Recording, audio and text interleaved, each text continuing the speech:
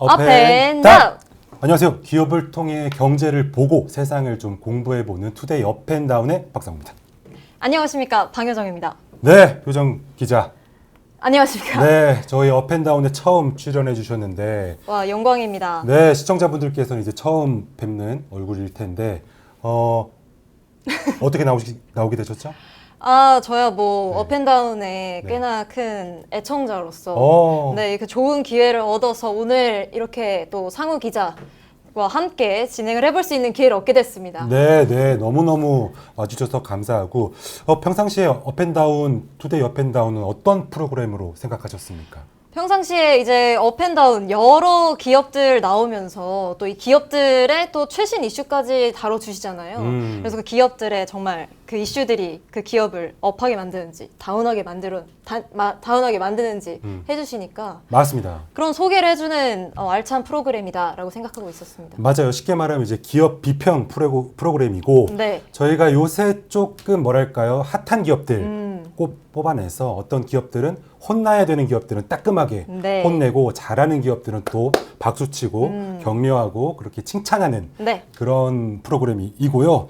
오늘도 저희가 6개 기업을 한번 준비해 봤어요. 네. 요새 가장 뜨거운 기업, 물론 뭐 삼성전자, 하이닉스 가장 뜨겁겠지만 2개 기업 말고 조금 효정 기자가 봤을 때 좀 뜨거운 기업 어디라고 보십니까? 제가 생각하기에는 이 기업이 예전에도 좀 뜨거웠지만 지금도 다시 한 번 더 좀 입에 오르내리고 있는 기업이 쿠팡 아닐까 생각이 듭니다. 그렇죠. 너무 뜨거운데 좋게 뜨겁나요? 아니면 좀 안 좋게 뜨겁나요? 아쉽게도 좀 안 좋게 뜨거운 게 아닐까 싶은데요. 맞습니다. 최근에 화재 사건이 있었잖아요. 네, 맞습니다. 그래서 하나 여쭤볼게. 혹시 요즘에 택배 많이 시킬 텐데 네. 택배 좀 늦게 오거나 그런 적 없으세요? 맞습니다. 저 요즘에 택배를 최근에 좀 많이 시켰습니다. 제가 최근에 또 생일이기도 했고 해가지고 택배를 좀 여러 개 받기도 해서 시켰는데 택배가 꽤나 안 오더라고요. 그러니까 네. 저도 비슷한 경험을 했는데 이게 다 쿠팡 어디죠? 공장이? 쿠팡이요? 그 수원에 있다고 들었습니다. 수원 공장 네. 거기서 발생한 그 화재 사건과 관련이 돼 있고요. 제가 그래서 오늘 방송 제목을 떠올려 보면 네.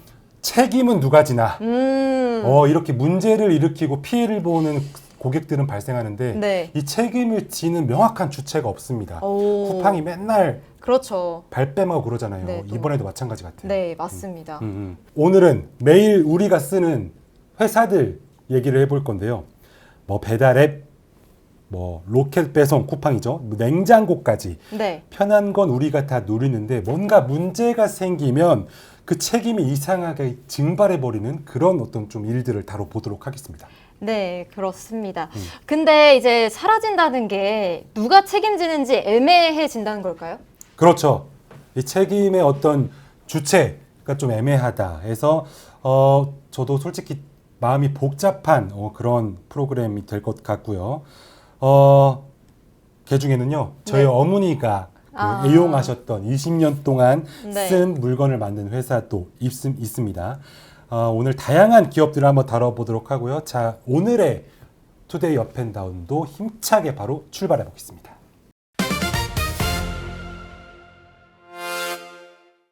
네, 첫 번째 기업 바로 너무 고맙기도 하지만 어느 순간부터 너무 괘씸한 쿠팡이 그쵸. 첫 번째 기업인데요. 방금 네. 오프닝에서 수원이라고 했는데 수원 아니고 인천입니다. 네, 알겠습니다. 공부 안 인천. 해오셨나요? 아닙니다. 제가 순간 헷갈렸습니다. 그렇죠. 죄송합니다. 인천에서 아주 큰 불이 난 바로 이 쿠팡이 오늘 다룰 첫 번째 기업입니다.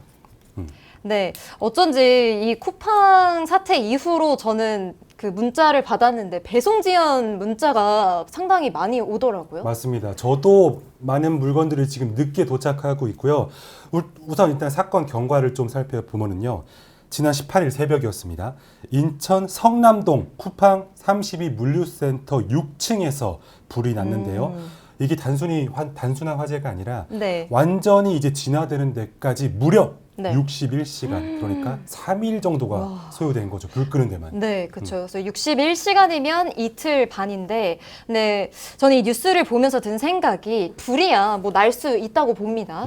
근데 61시간이나 이 불을 못 껐다는 게 애초에 불을 좀 못 잡게 돼 있던 거 아닐까요? 그렇죠. 그게 어떻게 보면 핵심인데 사실 지금 쿠팡이 욕먹는 여러 가지 이유가 있습니다. 네. 쉽게 말하면 첫 번째는 사전에 뭐랄까 예고가 됐었던 화재라는 거예요. 당국에서 계속 경고를 했고 네. 안전점검이 미흡한 부분이 발생이 됐음에도 쿠팡에서 적절한 조치를 못해서 네. 발생한 화재였고요.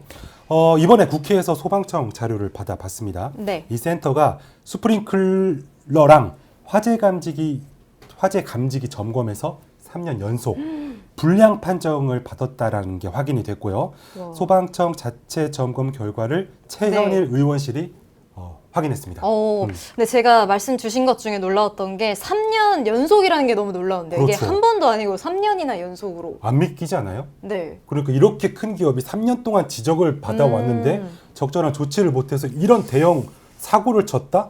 이거는 보통 질타해서는 끝날 네, 문제 좀- 같진 않고요. 네, 그렇습니다. 말씀 주신 것처럼 2023년 8월부터 올 2월까지 점검마다 확인이 됐고요. 게다가 이 센터는요, 특급 소방안전관리 대상물이라서 네. 쉽게 말하면 위험도가 너무 높아서 반년에 한 번씩 꼭 의무 점검받는 등급에 해당합니다. 와, 근데 잠깐 근데 여기서 짚고 싶은 게 네. 제일 위험한 등급이라 제일 자주 이 검사를 받는 건물인데 그 검사에서 매번 불량이 나왔다고요? 그러니까요. 이거는 많은 사람들이 의아해하고 많이 또 화가 나는 지점인데요. 바로 그게 문제입니다. 경고등은 3년 전 내내 켜져 있었고요.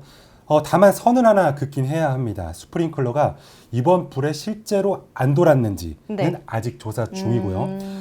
불량이었다까지는 팩트인데 그래서 불이 났냐, 네. 이 결정적인 원인이었냐에 대한 건 조금 더 조사의 지금 영역입니다. 네, 그건 좀 맞는 것 같습니다.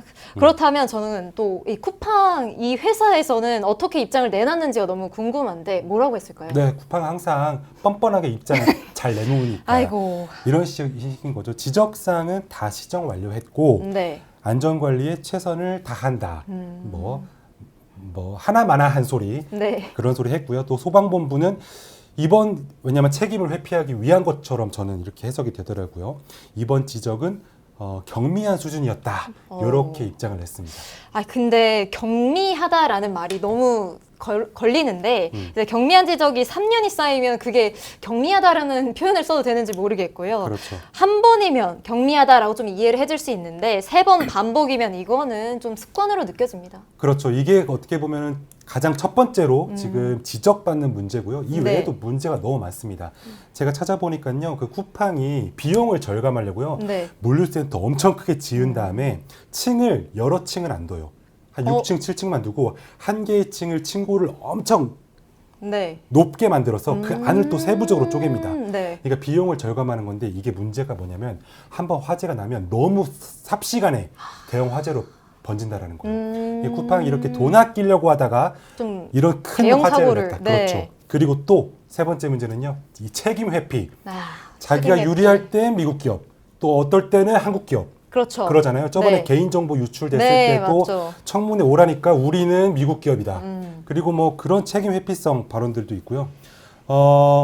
그쵸. 그래서 소정 기자가 네. 생각했을 때는 쿠팡 미국 기업입니까? 한국 기업입니까? 아, 이제 저도 그들의 말이 계속 바뀌니까 막 헷갈릴 지경인데 일단 근데 미국에 상장했으니까 미국 회사 아닐까요? 그러니까 법적으로는 그게 다조설인데 네. 또 공정위에서 또 쿠팡을 동일인으로 지정을 하면서 또 한국 기업이라 해석하는 사람들도 있고 분분해요. 네. 그래서 쿠팡이 근데 일관돼야 되는데요. 쿠팡이 네. 계속 그 입장이 바뀐다라는 게 문제거든요. 네. 쿠팡은요 그동안 미국 정치권에 우리는 미국 기업인데 한국 정부가 우리 차별한다. 한국에서 좀 돈 좀 잘 번다고 우리 규제를 좀 우리만 좀 차별해서 더 심하게 하려고 한다. 네. 해서 미국 정가에 4년간 쓴 로비 자금이 158억 원. 와, 우리 좀 158억 원. 한국 정부 우리 좀 그만 좀 괴롭히게 해달라. 로비. 그래서 제가 말씀 주신 그 로비에 대해서 저도 좀 찾아본 게 있는데 미국 국무장관이랑 하원까지 나서서 한국이 미국 기업 쿠팡을 차별한다라고 공식 압박을 또 했고 또 무역 협의 얘기까지 나왔고요.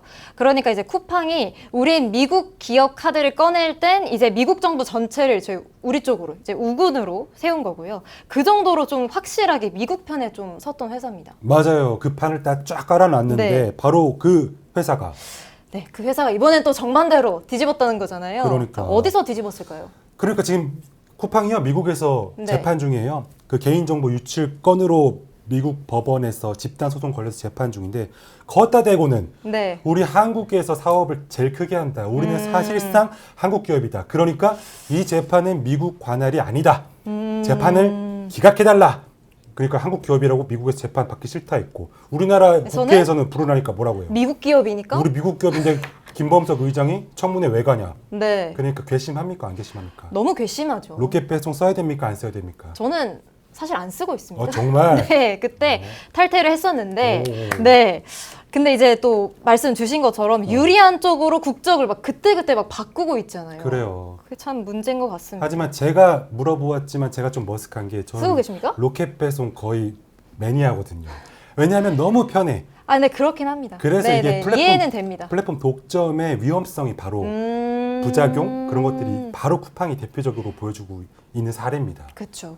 쿠팡을 대체할 수 있는 기업은 저도 아직 사실은 떠오르는 게 없어서. 맞습니다. 네. 그래서 독점이 무서운 거고 아무튼 소비자로서 매일 쓰는 서비스인데 책임을 물으려는 순간엔 책임질 주체가 네. 국경 사이로 사라지는 이런 상황입니다. 아, 그쵸. 근데 제가 얘기를 계속 듣다 보니까 너무 화가 나고 근데 또 화만 내면 안 될 것 같아서 좀 이렇게 눌러서 말씀을 좀 드려보자면요.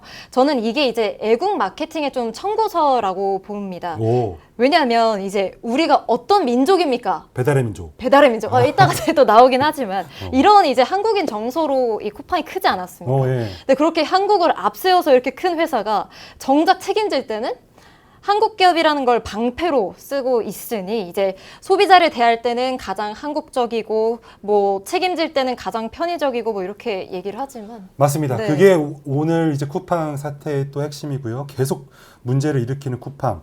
돈은 한국에서 벌고 네. 책임은 안 지려고 하고 아주 괘씸합니다. 자, 그리고 또 5년 만에 반복된 화재. 3년 연속 소방 불량 점검 그리고 이 국적 문제까지. 네. 쿠팡이 괘씸한데 어떤 상황인지 AI 통해서 다시 한번 정리해 보겠습니다. 네, 지난 18일이죠. 인천 32센터에서 발화가 시작됐습니다. 무려 61시간 만에 화재가 진압됐고요. 국가 소방 동원령이 발동됐습니다. 2021년 인천 덕병센터 화재 시에는 기억하시겠지만 소방관 네. 한 명이 순직하셨었죠. 5년도 안 돼서 또 사고친 쿠팡이고요. 안전점검에서 계속 미흡한 어떤 사실들이 불량들이 지적이 됐었습니다. 회사는 시정을 완료했다. 그것이 직접적인 화재의 원인 아니었다.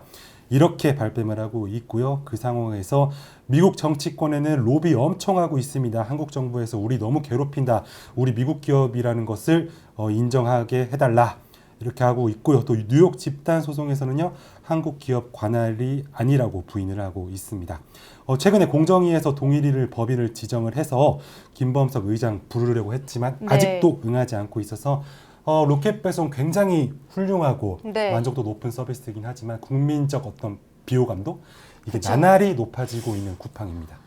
그렇습니다. 그래서 이 AI 정리를 보면 이제 쿠팡은 안전 문제도 그리고 또 국정 문제도 이 하나로 모이는데 바로 누가 책임지느냐로 모이는 것 같습니다. 근데 저는 이걸 두 개로 좀 나눠보고 싶은데요.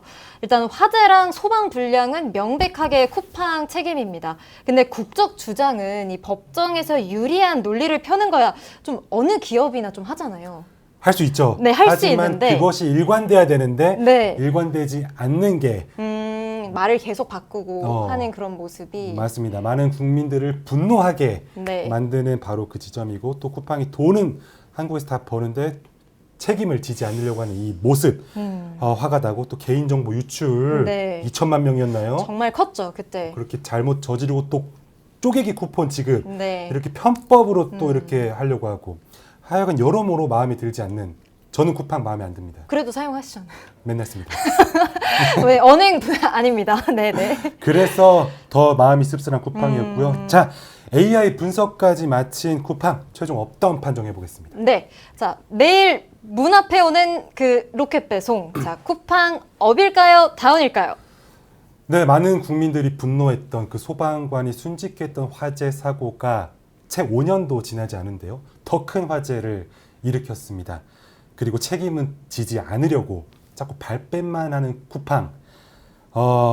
책임질 땐 국적도 바꿉니다. 다운입니다.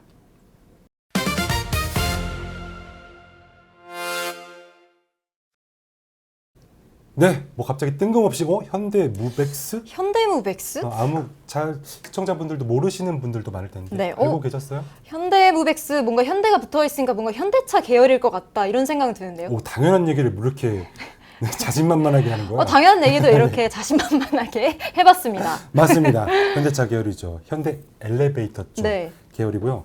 뭐라는 회사냐? 물류센터 안에서 우리 물건 컨베이어 벨트 자동으로 나르고 분류하는 네. 그런 시스템 만들고요.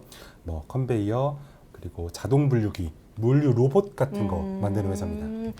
그러면은 저희가 첫 번째 봤던 그 기업, 이 쿠팡에서 물류센터 많잖아요. 그럼 그 안에 들어가는 자동화 설비 같은 그런 장치를 만드는 회사네요. 맞습니다. 그래서 아마 그런 이유 때문에 물류센터랑 관련이 있기 때문에 쿠팡 뒤에 네. PD님이 붙여놓으신 것 같네요. 네. 근데 제가 이걸 듣다 보니까 생각난 게 그 19세기에 미국에서 사금 발견됐던 거 아시죠? 오, 19세기? 네, 그래서 너도 나도 다 캘리포니아 가가지고 우리 금 캐자. 맞아. 이렇게 했을 때 그 금을 캔 사람보다 더 돈을 많이 번 사람이 누군지 아십니까? 몰라요. 바로 곡괭이 그리고 청바지를 판 사람이라고 합니다. 말 되네. 네, 그렇게 이제 물류센터가 많아지면은 그 회사도 돈을 벌겠지만 다 자동화로 가면 이제 그 자동화 설비를 파는 회사들 그 누가 이기든 무조건 어쨌든 돈을 버는 거잖아요. 그렇죠. 네, 그런 맞아요. 구조가 아닐까. 바로 그 지점이 정확한데요.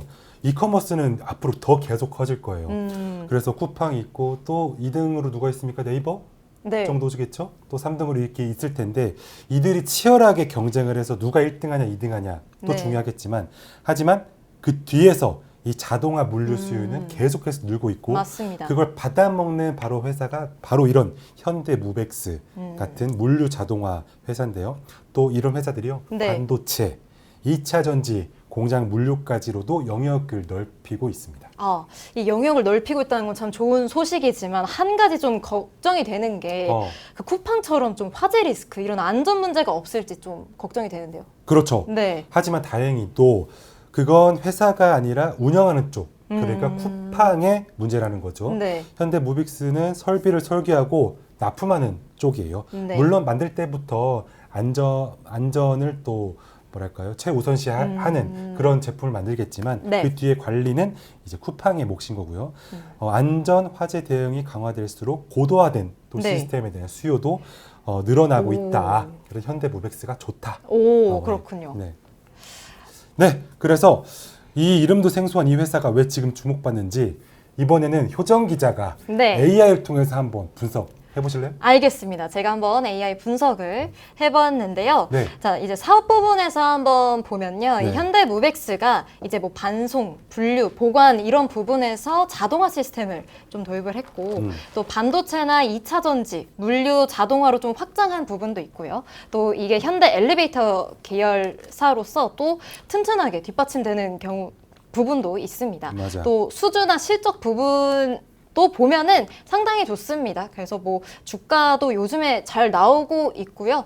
그리고 구조도 보면은 이커머스나 스마트 팩토리가 이제 막 확장되는 상황 속에서 이런 자동화 시스템은 그런 이제 이커머스 스마트 팩토리에 많이 들어가다 보니까 확대되는 만큼 그만큼 수요도 늘어날 것으로 보이면서 이 구조적으로 좀 수요가 증가하는 모습이다라고 볼 수 있겠습니다. 그래서 이 AI가 봤을 때는 물류가 사람에서 기계로 넘어가는 그 흐름 자체가 이 회사의 실적이라고 보고 있습니다. 맞습니다. 분위기가 상당히 좋고요. 네. 제가 지금 방금 주가를 찾아보니까 지금 이 시간에도 6% 정도. 오. 근데 사실 오전에는 8% 9% 저도 한 오르더라고요. 11% 올랐지? 오른 걸로 봤습니다. 22일 어, 오전 기준으로. 맞아. 네. 근데 지금 5%까지 좀 쪼그라들긴 좀 했는데. 줄긴 했네요. 그럼요. 하지만 앞으로도 네. 이런 전체적인 어떤 구조적 흐름 속에서는 분위기가 괜찮아 보인다. 네. 현대무벡스 PD님께서 주목하셨습니다. 너무 좋습니다. 저도 앞으로 기대하도록 하겠습니다. 네, 그럼 바로 최종 업다운 판정 해보시죠. 네. 자, 이름은 낯선데 물류의 이 뼈대를 짜는 이 회사 현대무벡스 업일까요? 다운일까요? 네, 쿠팡이 이기든 네이버가 이기든 상관이 없습니다. 물류 자동화는 이 회사를 거치게 돼 있습니다. 곡괭이 파는 자의 자리, 네. 업입니다.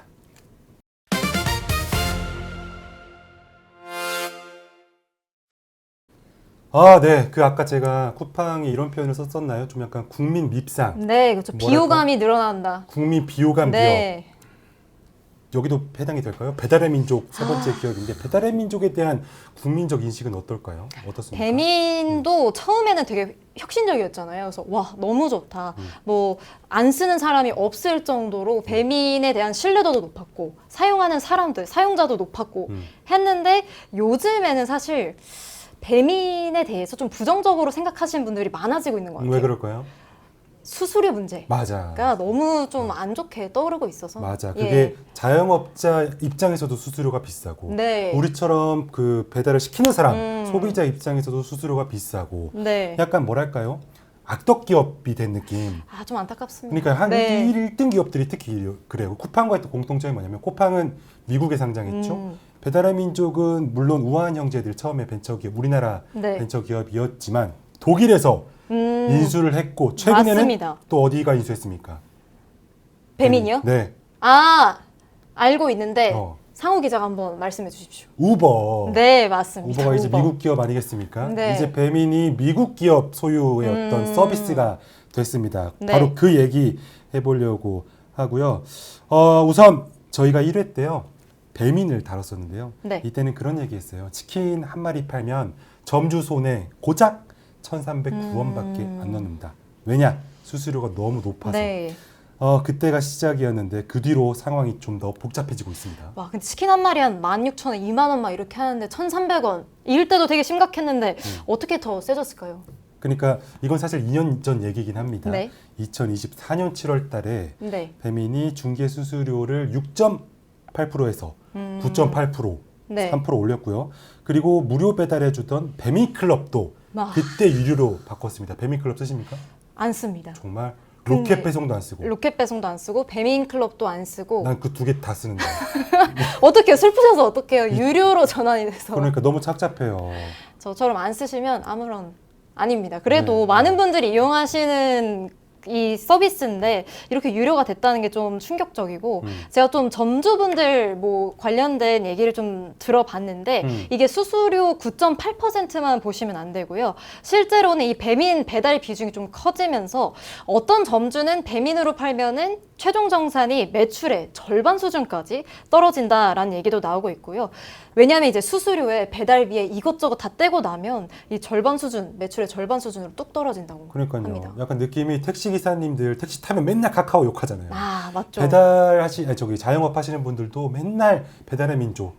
진짜 얘네 악덕 고리업자다. 수수료 엄청 가져간다. 안 쓸 수도 없고. 그래서 네. 실제 점주가 이 9.8%라는 수수료율은요. 네. 실제 점주가 체감하는 부담 훨씬 너무 고통스럽다고 합니다. 네, 그렇습니다. 그래서 이게 점주만의 문제가 또 아닌 게 이제 수수료가 오르면 결국에는 그 오른 수수료만큼 음식값도 오르게 된다는 게 좀 문제인 것 같습니다. 그러니까요. 이제 무료라던 배달은 이제 또 구독료를 이제 내셔야 되잖아요. 내셔야 하고 시키는 저도 상우 기자도 더 이제 내는 거니까 이제 소비자에게 전가되는 부담이 더 커진다라고 보여집니다. 맞습니다. 양쪽이 정말 다 부담을 지는 구조죠. 네. 배민이 오는 사이에 네. 저랑 이제 치킨 사장님이 둘 다 고통을 분담하고 있는 이런 상황입니다. 네, 그렇습니다. 근데 배민 이제 그렇게까지 하는데 그 배달 업계에서 1등은 좀 확실히 지키고 있겠죠? 그게 조금 따져봐야 되는데요. 네. 물론 1등이긴 하지만 서울에서 저도 놀랐는데 쿠팡 이츠한테 밀리기 시작했다고 합니다. 1위 자리가 흔들리는 것 아니냐 이런 목소리가 나옵니다. 와, 이 배민이 서울에서 전 점유율 제일 강한 줄 알았더니 좀 서울에서 제일 좀 약해지고 있네요. 그러니까 그리고 더 놀라운 게요. 네. 배민 운영사 우아한 형제들. 바로 이게 제가 아까 말씀드렸던 건데요. 매각 추진되고 있습니다. 네. 독일 모회사, 거기 어디입니까? 딜리버리 히어로, DH라고 하죠. 네. 거기서 팔겠다고 나섰고, 당시 작년 연말에는요, 독일 모회사 DH가 네. 배달의 민족 개별 서비스만 8조 원의 금액으로 팔려고 했는데 성사 안 됐습니다. 네. 그리고 저번 주였습니다. 지난 주. 16일에 미국의 우버가 네. 배민 따로 말고 너네 독일 본사 DH 너네 통째로 22조에 사겠다 아. 해서 이게 인수하기로 결정했고요. 네. 배민이 미국 법인 우버의 소유가 됐습니다. 아예 지금 뭐 좀 더 확장돼서 사갔네요. 전체를 다 사갔네요. 22조에. 그렇죠. 네, 우버가. 네. 좀 이게 좀 씁쓸하기도 한 게 쿠팡에 이어서 배민도 사실은 우리가 어떤 민족입니까? 로 시작하는 앱이잖아요. 저는 그럼요. 그 광고가 아직도 선명한데 그럼 근데 지금 보면은 이 민족 정서로 큰 회사가 독일 모 회사에 이제 팔아 넘겨지려고 하고 또 넘겨졌고 너무 졌어요. 네, 또 그 값을 올려준 거는 이제 매일 배달시킨 이 점주분들 그리고 그렇죠. 주문해주신 이 소비자분들이 아닌가 싶네요. 그렇죠. 그래서 지금 공정위에서요, 약간 조금 뭐라고 해야 화가 났습니다. 그래서 이게 공정한 어떤 인수합병인지를 네. 들여다본다고 했고요.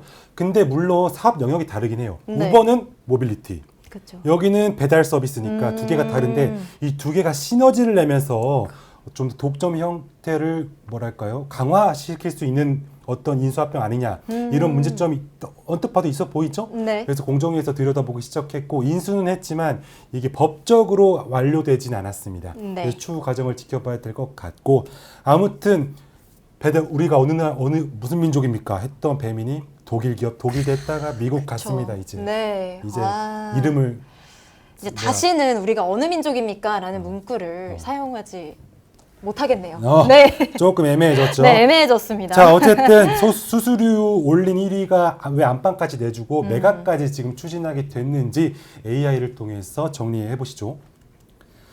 네, 2년 전에 수수료를 6.8%에서 9.8% 올려서 지탄받았던 배민, 당시에 배민 클럽도 유료화했었죠. 저도 지금 월 3,990원씩 내고 있습니다. 그 이후로 점주와 소비자의 부담이 모두 커졌습니다. 거기다가 수수료를 올렸으면 뭐랄까요 잘 나가야 되는데 네. 서울에서는요 쿠팡 이츠에서 밀리면서 1위 자리 흔들리고 있고요. 점유율 경쟁은 심화되고 있습니다.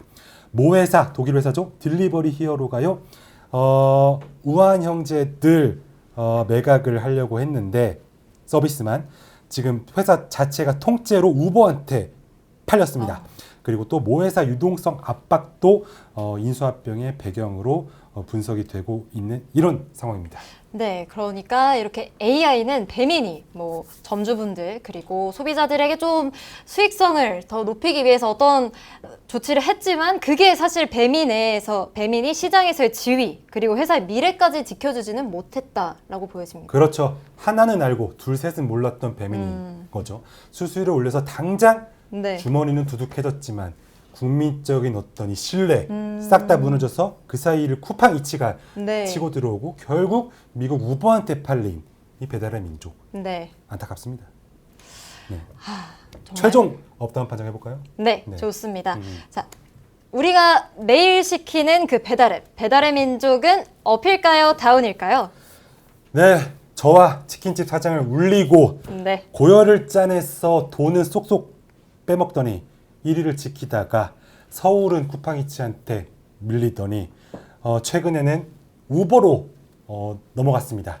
여러모로 좀 씁쓸한 배달의 민족 이름부터 바꿔야 되지 않을까 싶습니다. 다운입니다.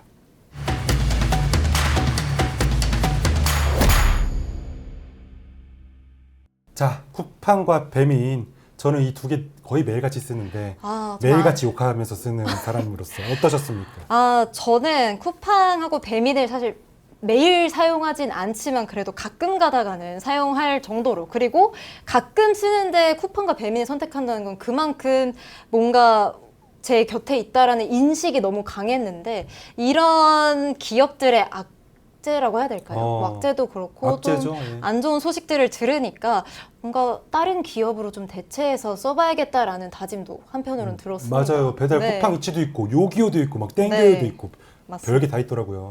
다채롭게 써봐야지 시장은 더 건강해지고 경쟁이 네. 치열할 때 그 그렇죠. 과실은 누가 누립니까? 소비자. 소비자들이 누립니다. 네. 그래서 저는 항상 1등 기업만 쓰긴 하지만 저부터 반성하면서 쿠팡과 배민 따끔하게 혼을 내보면서 1부는 맞춰보도록 하고요. 2부에는요. 전혀 예상 못한 기업들을 저희가 다뤄볼 건데요. 오. 배민이 수수료 올면서 점주들 힘들다고 했잖아요. 네. 그 틈을 비집고 들어간 회사가 있네요. 틈을 비집고 들어간 회사. 또 예상을 못한데 어떤 데인지 궁금한데 배달앱 회사가 아니고요? 배달앱이 아니고요. 배달앱을 하지만 은행입니다. 은행이요? 그 얘기부터 바로 네 번째 기업으로 출발하겠습니다. 네.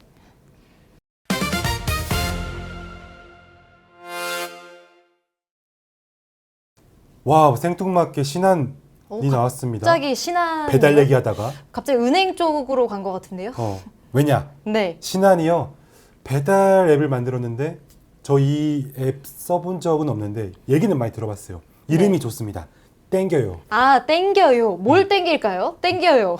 치킨이 땡겨요. 아, 치킨이 땡겨요. 음식이 땡길 때마다 이 앱을 키면 되는 그렇죠. 건가요? 약간 당겨요를 이렇게 패러디해서 땡겨요. 이렇게 한 것 같은데. 네, 저도 이름 많이 들어봤고 광고하는 것도 많이 봤는데 자, 은행이 왜 배달 앱을 할까요? 좀 뜬금없는데요. 뜬금없죠. 네. 그 질문이 바로 이 핵심인데요. 땡겨요는요. 중개 수수료가 아까 배민 몇 퍼센트라 했어요? 9.8% 정도 된다 하셨잖아요. 했죠. 여기는 2%입니다. 2%. 정말 착하죠? 네, 배민의 거의 5분의 1 수준인데, 근데 그러면 은행이 좀 남는 게 있어요. 이거 손해보는 장사 아닌가요? 그러니까 네. 여기서 은행의 진짜 계산이 나옵니다. 오, 역시 이 은행인가? 그렇죠. 네. 수수료율로 수익을 내겠다라는 생각보다는 은행 입장에서는요. 자영업자분들이 아주 중요한 고객들인 거예요. 아. 이분들한테 대출도 받고 카드도 쓰게 네. 하고 계좌도 트고 금융 고객으로 우리가 이분들을 모시겠다. 네. 그런 마인드죠. 아, 그러니까 배달앱은 살짝 미끼 같은 거고, 진짜 노림수는 소상공인의 이 금융 서비스를 그렇죠. 우리 은행에서 하도록 하겠다, 이런 거네요. 그렇죠. 네. 정확하고요. 배민이 수수료를 올릴수록 치킨집 사장님 입장에서는 9.8%인데 여기는 2%라고 하니까 눈길이 갈 수밖에 없죠. 2%라는 대안이 매력적으로 네. 다가오고 있고요. 남이 미움받는 그 틈을 신한금융이 잘 지금 비집고 들어가고 있습니다. 역시 빈틈을 너무 잘 파고든 것 같은데, 근데 아직까지 점유율은 사실 배민을 따라가기 좀 어려울 것 같아요. 많이 격차가 나죠. 네. 미미한 수준이고요. 지금은 틈을 만들었다. 거기에서 의의를 찾을 수 있을 것 같고, 다만 그 틈을 만든 게 어떤 스타트업 기업이 아니라 네. 이런 금융 대기업 지주사가 공룡이라는 게 무서운 거죠. 네. 와, 정말 땡겨요도 한번 사용해 보세요. 땡겨요? 네, 땡겨요 한번 사용해 보시죠. 알겠습니다. 배민에서 땡겨요도. 오늘 저녁에 네, 오늘 한번. 땡겨요로 한번 시켜보도록 네. 하고 이번에는 AI 분석 효정 기자가 한번 알겠습니다. 해주세요. 네. 네. 자, AI 분석 한번 가보겠습니다. 일단은 이 땡겨요는 이제 중개 수수료가 2%대로 이게 이제 공공 배달앱 수준이라고 합니다. 그래서 배민 대비해서 약 5분의 1 수준인 이 저수수료가 가장 큰 매력 포인트로 이제 나오고 있고요. 또 전략을 보면은 자영업자 금융 접점 확보를 통해서 이제 자영업자의 이제 금융 상품을 이제 신한은행으로 에서도 팔 수 있다는 점, 또 소상공인의 이제 대출, 결제, 뭐 데이터 연계해서 뭐 여러 가지 또 이제 신한은행에서 해볼 수 있는 거고요. 하지만 한계나 기회인 부분이 아직 좀 있습니다. 그래서 점유율은 아직 배민 대비해서 좀 소규모인 점. 그러나 이제 금융지주의 자본력, 또 고객 기반이 배경이 되면서 앞으로의 성장 가능성은 창창할 것으로 보입니다. 네, 맞습니다. 그러니까 쉽게 말하면 배달로 네. 돈 벌 생각이 아니라 자영업자들을 고객으로 유치하겠다 이런 네. 전략인데 아직까지 뭐 제가 그 MAU 찾아봤는데 네. 배민이 압도적이고 2등이 어딥니까? 2등이요? 쿠팡이츠. 쿠팡이츠. 아닐까요? 네. 3등. 3등이요? 3등은 어디일까요? 땡겨요랑 이름 비슷해요. 땡겨요랑 비슷한가요? 요기요. 요기요 3등. 아. 4등이 땡겨요인데 네. 되게 미미한 수준이긴 하지만 이런 뭐랄까요 신박한 사업 전략이 눈길을 끌었고요. 네. 앞으로 잘 돼서 배민을 좀 따라잡아서 그렇습니다. 배민이 2등, 3등으로 쭉쭉 떨어졌으면 좋겠어요. 그렇습니다. 쿠팡 이츠가 1등 하는 것도 썩 기분 좋진 아, 않습니다. 왜? 모르겠어요.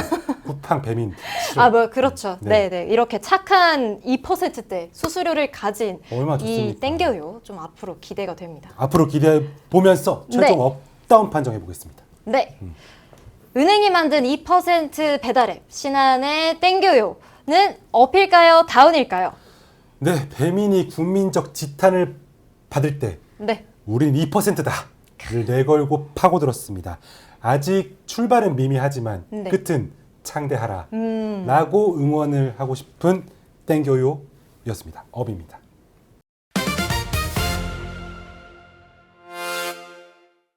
저 로고만 보면 일단 가슴이 웅장해지고 다시 한 번만. 음. 네. 네. VCR 다시 주신다.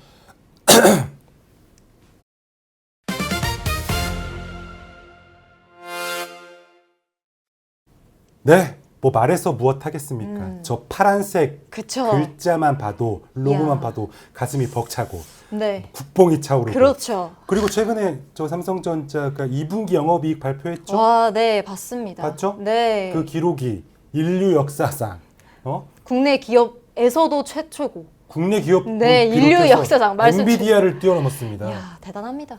그게 우리나라 기업에서 이런 일이 벌어지고 있다는 게 네. 우리나라 기업이라서 우리가 실감을 잘 못해요. 밖에서는 그쵸. 야, 한국이 도대체 무슨 일이 벌어지고 있는 거야? 한 개만 있어도 네. 대박이고 놀라운데 두 개 기업이 저렇게 쌍으로 난리를 너무 치는 자랑스럽습니다. 그러니까 이거는 자랑스럽다를 넘어선 놀라운, 네. 놀랍다라는 표현도 넘어선 일을 계속해서 저지르고 있는 삼성전자가 저희 5번째 기업입니다. 와, 삼성전자 하면 근데 가장 먼저 떠오르는 키워드가 메모리, 반도체. 뭐 반도체 뭐 이런 거잖아요. 오늘 그거 아니에요. 아니에요? 오늘 뭐 다루? 오늘 네. 무엇일까요? 오늘은 반도체가 아니라 로봇을 다룰 건데요. 오, 로봇. 네, 삼성전자가 최근에 대표이사가 즉석으로 RX 사업 추진실이라는 로봇 전담 조직을 새로 만들었습니다. RX 사업 추진실. 심지어 또 대표 직속인데 그게 어떤 의미인가요? 그동안 삼성 안에 로봇 인력이 있긴 있었는데 여기저기 좀 흩어져 있었어요. 근데 삼성그룹이 네. 차세대 사업엔 이제 로봇이다. 네. 이렇게 내다보고서 그렇다면 우리 여기 힘을 주자. 다 하나로 합쳐라. 오. 그래서 바로 이 추진실을 꾸렸고요. 네. 이걸 바로 대표 아래 직속으로 갖다 놓으면서 의사결정 단계를 대폭 줄여서 속도 내게서 제대로 추진하겠다. 이야. 우리가 잘 나가는 로봇 기업들 다 잡겠다. 네. 우리가 여기 짱 먹겠다. 선언한 겁니다. 짱 곧 먹을 것 같은데 삼성전자니까 또 믿음이 가잖아요. 근데 제가 또 이거 관련해서 흥미로운 걸 하나 본 게 있는데 네. 자, 삼성이 그 조직을 이끌 사람을 외부에서 데려왔는데 정말 유명하신 분입니다. 맞아. 자, 그게 이제 현대차 그룹, 이제 로봇 하면 현대차 그룹이 항상 먼저 떠오르긴 했잖아요. 근데 거기에서 이제 보스턴 다이내믹스 로봇 전략을 주도하던 부사장이라고 합니다. 그래서 현대차가 키운 이 로봇 두뇌를 삼성이 데려왔다라고 보시면 됩니다. 맞아요. 이 뉴스에서도 저도 제일 재밌는 게 바로 그 대목이었거든요. 말씀 주신 것처럼 로봇 하면 우리나라에서 가장 잘하는데 현대였잖아요. 현대차. 네. 아직도 그런 이미지인데 네. 삼성이 전격 이 조직 개편을 발표하면서 미래와 사업 그 어떤 계획 안도 발표하면서 딸려온 소식이 이 현대차가 그 키웠던 로봇 두뇌를 삼성으로 데려왔고요. 로봇 몸체는 현대차가 보스턴 다이내믹스로 가져갔는데 네. 그 전략을 짜던 사람을 삼성으로 빼는 거죠. 그러니까 이제 지금 대기업들이 나서서 너도 나도 나서서 피지컬 AI 그러니까 이 진짜 몸을 가지고 움직이는 이 AI 로봇을 두고 서로 막 빼가면서 내가 가져갈게 막 이렇게 하면서 경쟁하는 거네요. 맞아요. 그래서 뭐 엔비디아에서도 그 피지컬 AI 주목하면서 여러 네. 회사들 만나고 있는데 우리나라에서는 어디 만났었게요? 저희 나라에서는요? 피지컬 AI 관련해서. 피지컬 엔비디아가요? 두산. 네. 오, 부산 만났잖아요. 기본은 안 해요. 저 기본 압니다. 두산 로보틱스도 잘 나가잖아요. 네, 그래서 그렇죠. 그때 우리가 두산이랑 피지컬 AI 협업할 거다 네. 이렇게 선언하기도 했는데 아무튼 이제 피지컬 AI가 너무 큰 화두가 되고 있는 상황에서 이 시장에 삼성도 본격적으로 가담을 했다. 네. 이런 아주 재밌는 뉴스였고요. 그리고 지금 삼성이 이걸 할 수 있는 이유가 있죠. 네. 메모리 반도체 호황으로 말했던 것처럼 역대급 영업이익을 내고 이런 실적들이 방패가 돼주고 있어서 이 막강한 자본력 그 바탕으로 아마 이 시장에서 굉장히 선전하지 않을까 네. 기대를 모으고 있습니다. 또 여유 있을 때 다음 어디 핫할지 또 찾고 판을 짜는 거다라고 볼 수 있겠네요. 맞습니다. 갑자기 이재용 회장께서 왜 또 로봇에 주목하고 계신지 AI 통해서 다시 한번 확인해 보겠습니다. 네, 삼성전자 대표이사 직속으로 RX 사업 추진실 신설한다고 발표했었죠. 자, 우리 차세대 사업은 로봇이다 이렇게 선언을 한 건데요. 흩어진 로봇 인력들을 통합했습니다. 서울 R&D 캠퍼스를 거점으로 한다고 하고요. 이 과정에서 현대차의 핵심 인재를 빼내오기도 해서 눈길을 끌었습니다. 보스턴 다이내믹스 전략을 주도한 이동건 부사장을 영입했죠. 그분을 로보틱스 전략팀장으로 선임했습니다. 배경에는요, 메모리 호실적이 기반으로 자리 잡고 있고요. 또 최근에 미중일 글로벌 로봇 연구 거점이 확대가 되고 있고 휴머노이드, 피지컬 AI가 경쟁이 본격화되는 과정 속에 이 시장에서 뭐랄까요, 먼저 치고 나가려고 하는 모습을 보여주는 것 같습니다. 네, 또 이렇게 AI가 분석한 걸 보니까 이 인재 부분에서도 보스턴 다이내믹스에 이제 뭐 이동건 부사장을 영입하기도 했고 연구 거점도 확대하고 하는 걸 보니까 뭐 한번 해볼까 이게 아니라 이제 진짜 한다. 약간 이걸로 넘어간 것 같아요. 맞아요. 그리고 네. 어떤 기업들이 우리 뭐 할 거야, 뭐 할 거다 발표하잖아요. 근데 네. 그게 진정성이 있는 계획도 있고 아닌 계획도 있어요. 근데 진정성이 있냐 없냐 네. 어떻게 확인하면 되는지 아십니까? 실행요? 아니야. 말 말고 행동? 조직 개편을 보면 조직 됩니다. 개편. 바로 이 추진단이 네. 대표 직속으로 갔다라는 거는요. 그만큼 의사결정이 신속하고 바로바로 그쵸. 대표 보고가 이루어지고 네. 바로바로 일처리가 된다. 그만큼 삼성전자가 주목하는 집중하는 사업이다. 이렇게 네. 볼 수 있겠습니다. 아무튼 이 삼성전자의 로봇 소식까지 다뤄봤는데요. 최종 업다운 판정 해보시죠. 네. 반도체 다운으로 로봇에 거는 이 삼성전자 업일까요? 다운일까요? 네, 사업할 때요. 뭐 이런 말 하면 어떨지 모르겠는데요. 돈이 깡패입니다. 영업이익이 세계 최고입니다. 네. 2분기 영업이익이 역사상 유례 없었던 네. 영업이익을 낸 삼성전자가 갑자기 손을 걷더니 다음은 로봇이다. 이야. 선언을 했습니다.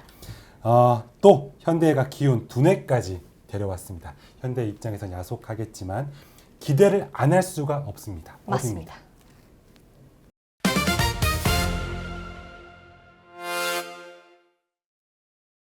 네, 제가 좀 약간 오프닝 때 좀 씁쓸하다. 네. 우리 엄마가 엄청 애용하는 기업이 있었는데 뭘까요? 네. 거의 완전 몰락하고 있다. 예? 방금 로고 떴잖아요. 왜 모른 척하세요? 좀 연기를 해봤습니다. 시청자분들께 흥미 유발하려고 중요하죠. 했죠. 네네. 위니아 위니아 알죠? 아세요? 위니아 어떤 기업입니까? 위니아 그 김치냉장고 만드는 기업 아닙니까? 김치냉장고 뭐죠 그거? 예? 그 이름이 뭐죠? 딤체죠. 딤체. 네. 딤체 김치냉장고 하면 딤체. 음. 딤체 하면 김치냉장고였는데 네. 그만큼 독점적으로 잘 나갔던 회사인데 이 위니아가 쫄딱 망했대요. 어쩌다 그런 일이. 한때는요. 네. 김치냉장고 시장 점유율이 40%, 뭐 독점적인 일이죠. 김장독을 냉장고에 넣었다. 이런 카피라이트까지 만들면서 시장을 처음 연 회사죠. 네. 근데 아까 마음이 복잡하다고 하셨잖아요. 그래서 사실 저도 이걸 관련해서 좀 찾아봤는데 얼마 전에 기사 제목에 뭐 딤체가 돌아온다. 무슨 공장을 신설했다. 뭐 이런 걸 봤거든요. 그러니까 뭐 맞습니다. 공장 다시 돌린다. 이런 제목이 나오고 있는데 왜 이렇게 마음이 복잡하다 하신 거죠? 그 기사의 반만 맞거든요. 음. 위니아가요. 지난 2일에서 네. 법원에서 결정이 났습니다.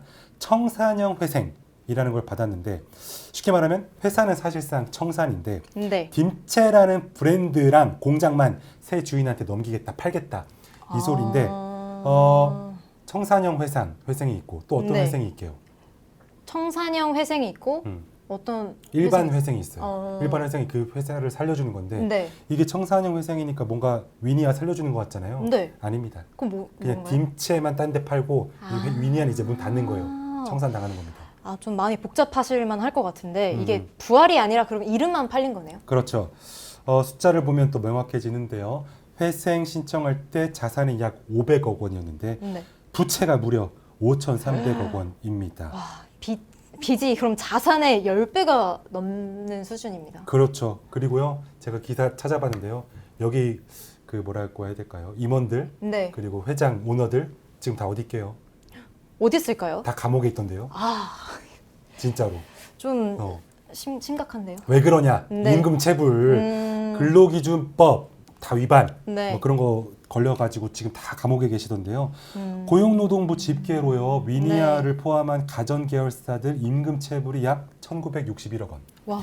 노동자 수백 명이 3년째 복직 못하고 있고요. 네. 밀린 월급은 1억에서 3억 원 정도. 이 각자 개별적인 월급이겠죠. 와. 그분들이 지금 건설 현장, 지게차, 택배로 버티고 있고요. 말씀드린 것처럼 이 회장, 사장 싹 다 감옥에 있습니다. 어머.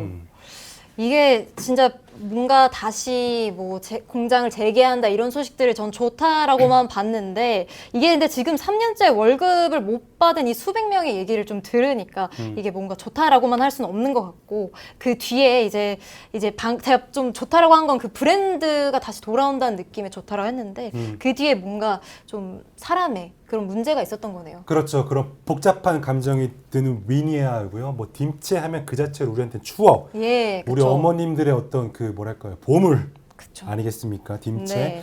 하지만 이 청구서는 이제 사람들한테 있고 오너들한테 책임이 있었다고 합니다. 그래서 위니아는 결국 문을 닫게 됐습니다.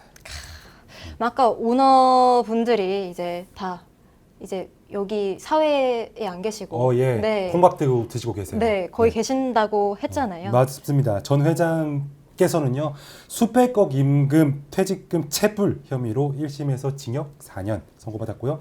지금 항소심 중이고요.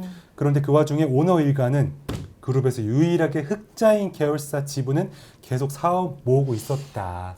와. 그러니까 너무 괘씸하다. 이런 지적을 받아왔습니다. 이게 너무 괘씸한 게 이게 무너진 회사 직원들의 3년, 네, 3년째 이제 월급을 안 주면서 이제 회사는 돈 되는 계열사는 좀 챙긴다 이런 얘기잖아요. 그렇죠.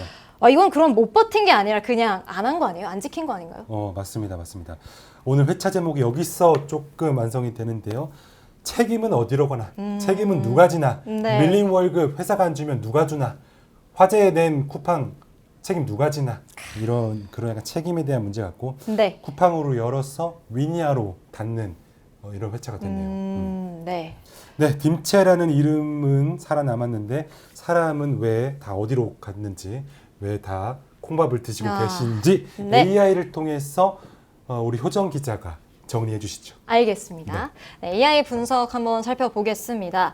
일단 위니아의 몰락은 이제 김치 냉장고 점유율이 40%를 차지했고 1위 이제 이름만 들어도 아는 딤체를 만들었는데 이제 무리한 확장 그리고 또 재무 부담으로 유동성 위기를 맞이했습니다. 그래서 올해 7월 2일에 청산형 회생 인가를 했고요. 그래서 아까 말씀드렸듯이 빚이 자산의 약 10배 수준이 넘는 걸로 나와 있고요. 또 사람 부분도 인력 부분도 한번 살펴보면요. 가전 3사 임금 체불이 약 1,961억이 됩니다. 그래서 노동자 수백 명이 3년째 복직을 못하고 있고 또 새 인수자 또 고용 승계는 일부만 이뤄지고 있다는 점이 또 문제가 되고 있습니다. 또 오너 리스크까지 있죠. 그래서 전 회장의 임금 체불 혐의 1심에서 징역 4년을 받았고 항소심 과정에 있습니다. 그래서 유일하게 흑자 계열사에만 집중하고 있는 이 오너 일가의 이 지분 매집까지 논란이 나오고 있습니다. 맞습니다. 그러니까 AI는 이 회사의 진짜 문제를 실적이 아니라 네. 책임에 있다고 봤고요. 망한 것보다 망하는 과정에서 망하는 과정을 좀 주목한 것 같습니다. 결국 브랜드는 팔려서 살아남고 책임은 아무도 안 졌다. 네. 네. 최종 업다운 판정해 보시죠. 알겠습니다. 네네. 김치 냉장고를 처음 만든 회사 위니아 업일까요? 다운일까요? 네. 김범석 의장은 못 먹었던 네. 그 맛있는 콩밥 위니아 오너 일가는 드시고 계십니다. 네. 너무 가슴이 아픈데요. 아파도 어쩔 수 없습니다. 맞습니다. 이런 사람들한테 월급 안 주면 그러니까 되겠습니까? 잘못했으면 체불은 예. 처벌받아야 됩니다. 그렇습니다. 위니아, 딤체는 누군가에게로 이제 넘어갈 예정입니다. 위니아는 문을 닫을 예정입니다. 다운입니다.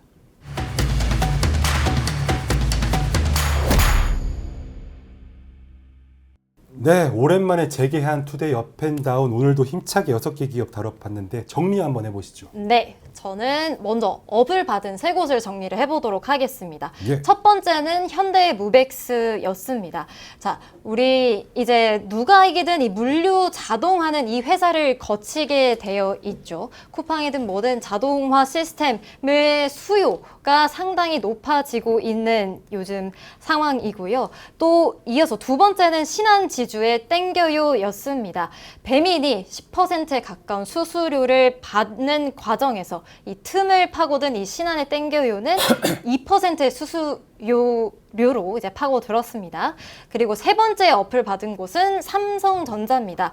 메모리로 정말 큰 돈을 번 이 삼성전자가 이제 메모리 반도체에 이어서 로봇까지 건들면서 다음 시대의 판을 짜고 있다라고 보면서 이렇게 세 개의 기업을 업으로 꼽았습니다. 네, 다운도 세 곳이었죠. 쿠팡인데요. 첫 번째는요. 이제는 비판하기도 좀 짜증납니다. 최근에 뭐 개인정보 유출 몇 천만 명 했죠. 뭐 의장 들어오라니까 나 미국 회사 그거 다 안 들어오죠. 그리고 또 화재 5년 전에 나갔는데 그때 소방관 한 명 순직하셨는데 또 5년 만에 또 화재 냈죠. 그리고 또 책임 없다고 하죠. 쿠팡. 소방 불량에 책임질 땐 국적까지 바꿨다. 그래서 다운을 드렸고요. 배민도 마찬가지입니다. 배민도 이제 비판하기도 짜증난데 수수료만 잔뜩 올렸다가 하나는 보고 둘은 못 봤습니다. 결국은 배달의 민족이라는 이름이 무색하게 독일에 팔렸다. 미국에 팔렸다. 계속 소유 법인이 바뀌고 있습니다. 그리고 마지막 위니아는요. 딤체라는 우리한테 소중한 브랜드를 제공해줬지만 그런 고마운 기업이지만 지금 오너들이 감옥에 있습니다. 네. 그리고 위니아는 조만간 문을 닫을 예정이라고 합니다. 이렇게 다운은 세 곳이었습니다. 네, 저는 오늘 이렇게 방송을 하면서 가장 좀 기억에 남았던 게 첫 번째 했던 쿠팡이 좀 기억에 좀 남았습니다. 이 쿠팡의 논란이 끊이지 않다는 거. 여러 번의 이제 위험을 알리는 경고음이 울렸으나 그걸 계속 무시하고 소비자들의 피해를 계속해서 주고 있는 이 쿠팡이 좀 기억에 남아서 이제 쿠팡 사용에 대해서 조금 더 지금도 뭐 사용을 좀 줄이고 있지만 맞아. 개인적으로 좀 사용을 좀 더 고민을 해볼 것 같습니다. 저도 이제 쿠팡이 너무 편해서 로켓 배송 네. 맨날 이렇게 방송하면서 맨날 쿠팡 욕하기를 하면서 집에 가면서 이제 쿠팡 로켓 배송하는 저 자신을 발견하면은 좀 약간 좀 머쓱하기도 하고 네, 창피하기도 하고 조금 부끄럽기도 하거든요. 이제 계속 이렇게 잘못을 계속 잘못하니까 네. 저처럼 이제 소비자들도 한 명씩 두 명씩 이제 떠날 것 같습니다.